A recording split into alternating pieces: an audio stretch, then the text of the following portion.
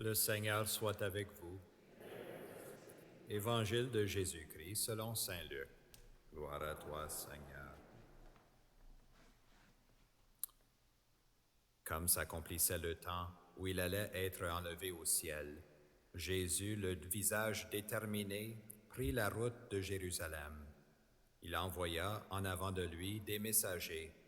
Ceux-ci se mirent en route et entrèrent dans un village de Samaritains pour préparer sa venue.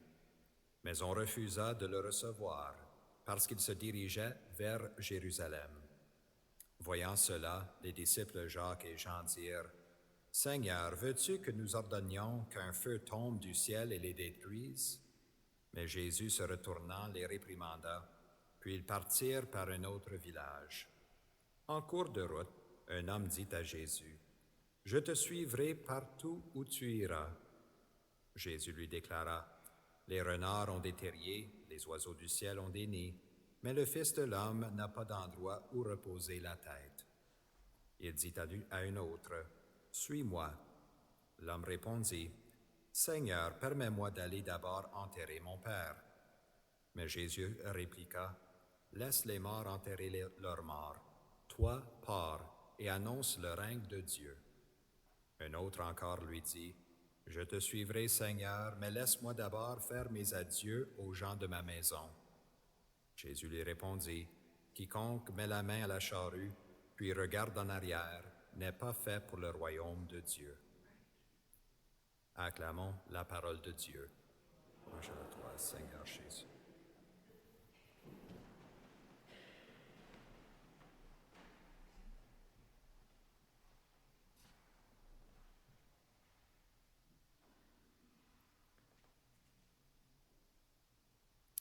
En 2012, Hélène montait toujours dans l'avion avec son mari pour des petits voyages avec d'autres avions de 2 à 4 sièges dans les airs.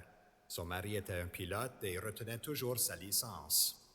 Mais un de leurs vols, malheureusement, son mari s'est évanoui avec un baissement de pression de sang quelconque et tout à coup, toutes les autres priorités d'Hélène étaient mises à côté. Elle avait une seule tâche, atterrir l'avion. Imaginez-vous. Tout de suite, un des autres pilotes dans des autres avions a pris la radio pour donner des instructions à Hélène. Avant qu'elle voulait soigner son mari pour ses problèmes de santé, elle avait besoin d'atterrir l'avion. Dans tout ce temps-là, une seule tâche, une seule responsabilité. L'autre pilote donnait des bons consignes, quoi faire, comment maintenir le contrôle et tout cela, et elle l'a fait. Elle est atterrie dans un étang, mais sans aucun dommage à l'avion, à part d'une hélice tordue devant l'avion même. C'est rare qu'on a des expériences-là qui provoquent une décision rapide et qui nous donnent une direction bien précise à quoi faire, n'est-ce pas? C'est comme qu'on embarque les avions et puis il dit, en cas d'urgence, mets l'oxygène sur toi-même avant l'autre personne, n'est-ce pas? Pour être capable de se soigner et être capable enfin de soigner les autres. Dans les évangiles de Jésus, il y a plusieurs passages qui nous réconfortent et qui nous inspirent de la personne de Jésus. Mais il y en a d'autres passages dans l'Évangile, comme aujourd'hui, qui provoquent une décision, qui nous poussent à faire un choix pour le Christ et revoir nos décisions de notre vie de foi en nous-mêmes. On aime souvent les passages confortables qui nous consolent et nous donnent la paix intérieure, mais nous avons besoin ces temps, comme Hélène a reçu aussi, d'avoir une seule priorité, une seule responsabilité, suivre Jésus, à la manière dont il nous appelle. Alors nous voyons dans l'Évangile aujourd'hui, Jésus provoque des choix. En premier, il a le visage déterminé d'aller à Jérusalem. Et pour être capable de s'y rendre à Jérusalem, dans la province de la Judée, qui est au sud d'Israël, et il est en Galilée avec les apôtres, il faut traverser la Samarie, la province au milieu. Et la Samarie était toujours un rappel du fait que dans le passé, 10 des 12 tribus d'Israël ont été pris par le roi Babylone et ils ont perdu la foi. C'était comme une blessure visible pour le peuple d'Israël. Et puis il y avait toujours des échanges de rancune et parfois de violence entre les deux groupes à cause de cette blessure historique. Et Jacques et Jean, lorsqu'ils sont rejetés par ces Samaritains, lorsque Jésus leur a envoyé en premier proclamer la bonne nouvelle et le règne de Dieu, ils veulent avoir de la vengeance contre les Samaritains. Mais Jésus provoque une décision pour eux. Ce n'est pas comme ça qu'il agit. Il a toujours le cœur désireux d'accompagner le monde et de les réinviter à nouveau. Il sera de retour en Samarie dans le futur. Mais une autre décision est provoquée avec 3 disciples potentiels dans l'Évangile. Le premier, une telle personne, veut suivre Jésus. Il choisit même, « Seigneur, je veux te suivre. » Mais Jésus reconnaît pour cette personne-là, il a besoin de se détacher de ses biens matériels. Il a besoin de choisir une pauvreté radicale comme Jésus. Bien sûr, le Christ ne nous demande pas à chaque personne de faire un tel choix et de tout se détacher et d'avoir cette pauvreté radicale, mais pour certaines personnes, c'est nécessaire pour suivre Jésus, selon la manière dont il nous appelle.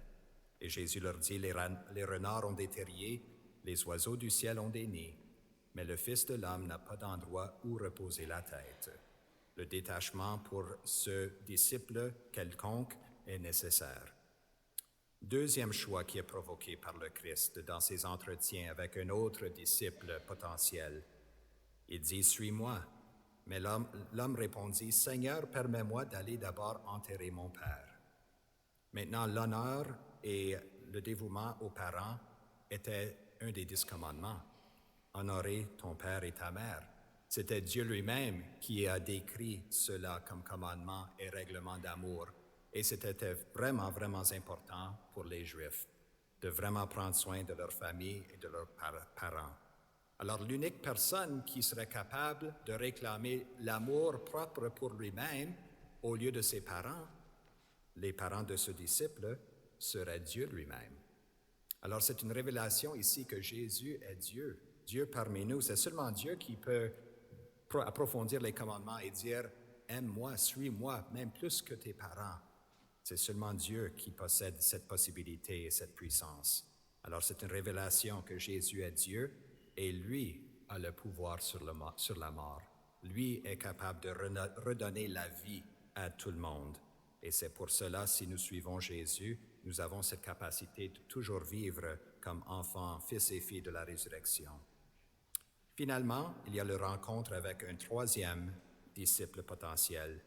« Je te suivrai, Seigneur, mais laisse-moi d'abord faire mes adieux aux gens de ma maison. » Jésus lui répondit, « Quiconque met la main à la charrue, puis regarde en arrière, n'est pas fait pour le royaume de Dieu. » Les charrues, dans le temps de Jésus, avaient une seule manche. Et souvent, le fermier prenait la main gauche sur la manche de la charrue et devant les 2 bœufs ou chevaux avait l'attelure dans l'autre main droite pour guider et diriger les animaux devant lui. La vue n'était pas la meilleure, mais il fallait regarder entre les jambes des bœufs pour suivre une ligne droite dans le sol, n'est-ce pas? Ça prenait de l'attention 100%. Ça prenait du contrôle, de la dextérité. Ça prenait tous les muscles, l'intelligence, le savoir, parce qu'un seul pas de la mauvaise direction, une seule force amoindrie dans la main gauche ou droite, tout tombe à l'eau là, dans la charrue et dans le labourage du champ. Même avec notre cheminement à la suite de Jésus, ça prend 100% de nous-mêmes, un don total de soi chaque jour pour suivre Jésus. Et sur le plan humain, cela est impossible.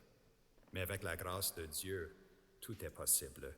Comme qu'on l'a vu dans la première lecture avec Élisée, Élie, et comme qu'on le voit avec Saint Paul dans la deuxième lecture, qui veut nous affronter toujours avec le choix de suivre l'Esprit de Dieu qui est avec nous. Il y a 2 principes dans le monde pour Saint Paul. L'esprit de la chair, cela n'est pas le corps humain, c'est un esprit qui a une tendance vers le péché, vers la destruction. Il y a aussi l'esprit de Jésus, l'esprit du Christ, qui guide à l'éternité, qui nous guide toujours vers les chemins de bonheur et de la vie.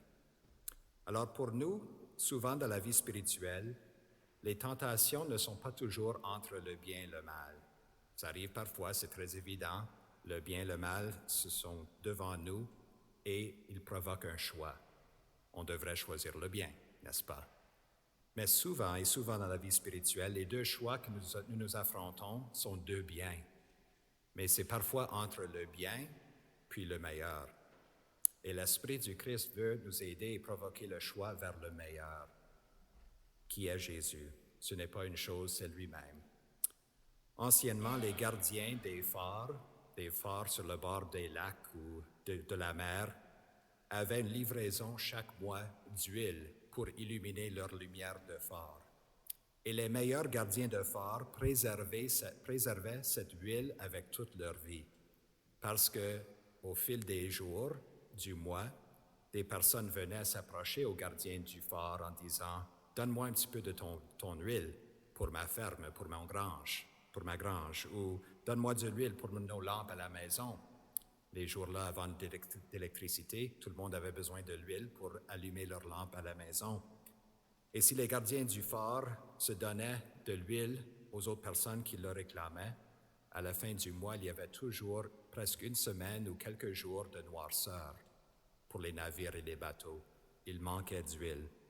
Mais les meilleurs gardiens de phare préservaient cette huile-là parce qu'ils savaient qu'ils avaient une seule tâche, une seule responsabilité, éclairer pour les navires le lac ou l'océan ou la mer, pour prévenir les dangers et pour aider les uns les autres à arriver à leur destination. Que nous tenons compte de cet exemple-là dans notre vie de foi aussi.